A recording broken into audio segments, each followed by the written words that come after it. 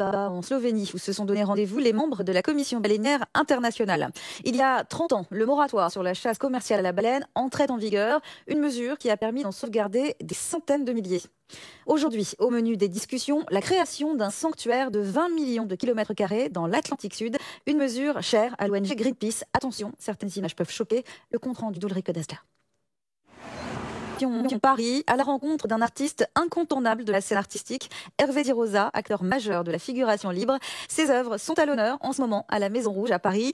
Plus jamais seul, une exposition qui fait la part belle aux arts modestes. Hervé Di Rosa s'est engagé dès les années 80 dans la reconnaissance de cette expression artistique. Virginie Appiou l'a rencontré dans son atelier parisien. Regardez. Et de maltraitance au sein du célèbre chœur des petits chanteurs de Ratisbonne prend de l'ampleur. Selon un récent rapport, plus de 400 victimes ont été recensées, quasiment plus du double de celui avancé au début de l'année. Hasard du calendrier, ce matin avait lieu une conférence de presse sur le bilan du projet de thérapie et de prévention de la pédophilie. Unique en son genre, ce projet aide les personnes ressentant des tendances pédophiles à éviter le passage à l'acte. Les résultats semblent probants. Hélas, du financement, c'est du côté du financement que le bas blesse. Pour y voir plus clair, voyez ce reportage signé Colia Cantura.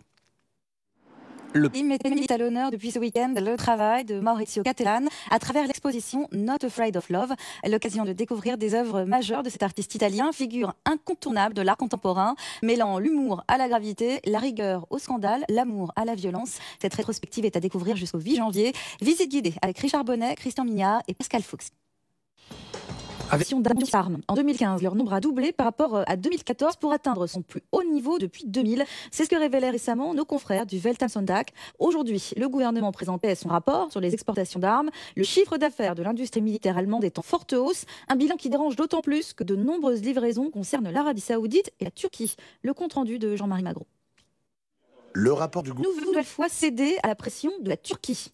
La question se pose suite à l'annonce de l'annulation d'un concert évoquant le génocide arménien par le ministère allemand des Affaires étrangères. Un concert prévu initialement au consulat d'Istanbul. Plus d'un siècle après, la question du génocide arménien continue donc d'empoisonner les relations germano-turques. Pour y voir plus clair, voyez ce reportage signé Nathalie Daiber.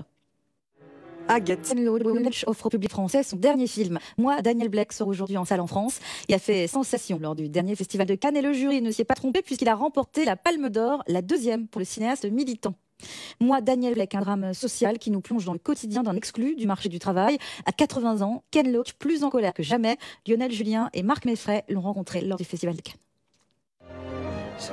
En faveur du droit à l'IVG. Il y a 2 semaines, rappelez-vous, le Parlement avait renoncé à l'interdiction totale de l'avortement. Faute de mieux, le gouvernement entend durcir la législation déjà très restrictive. Les femmes sont vent debout contre cette mesure vue comme une dangereuse agression sociale. Aujourd'hui, de nombreux rassemblements avaient lieu dans les différentes villes du pays. Les précisions de Sophie Rosenzweig. Elles en ont assez.